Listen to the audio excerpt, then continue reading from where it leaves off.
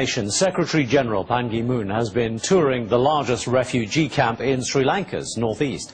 Ban is hoping the trip will give him a clearer idea of the situation facing the hundreds of thousands of refugees made homeless by the recent fighting in Sri Lanka. The country's president declared military victory over the Tamil Tiger separatists earlier this week, following the decades-long war. Gerald Tan reports.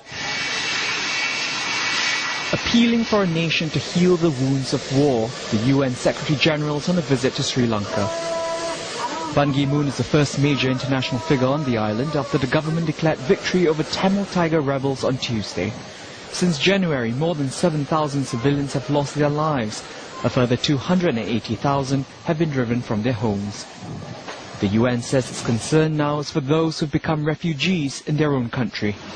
There should be promotion and protection of human rights, and there should be unimpeded access to the sites of needy place by international humanitarian workers, including the United Nations. These makeshift camps are swelling by the day, stark reminders of how the victory was secured at a very high price. There's little food, poor sanitation and overcrowding.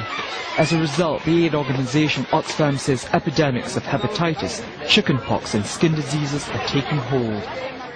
Sri Lanka's government says it will resettle most of the Tamil civilians within 6 months, but there's a bigger challenge: how to reintegrate them into Sri Lankan society at large. The Tamils make up nearly a fifth of the island's 20 million strong population. They've long claimed discrimination at the hands of the Sinhalese majority. I hope that the President Rajapaksa and government leaders will reach out in an inclusive dialogue with the minority groups, including Tamil and Muslims. Speaking at a festive victory rally, the president dismissed talk of a separate Tamil state and echoed calls for a single national identity. I must remind you that today, not only in the south, not only in the north, not only at this rally today, even where there were LTTE strongholds, there is only one flag. That is the national flag. That is the lion flag. Sri Lanka may be saving its long fought for peace, but how long that will last depends on the choices made today and how the country is to move forward after 26 years of civil war. Gerald Tan, Al Jazeera.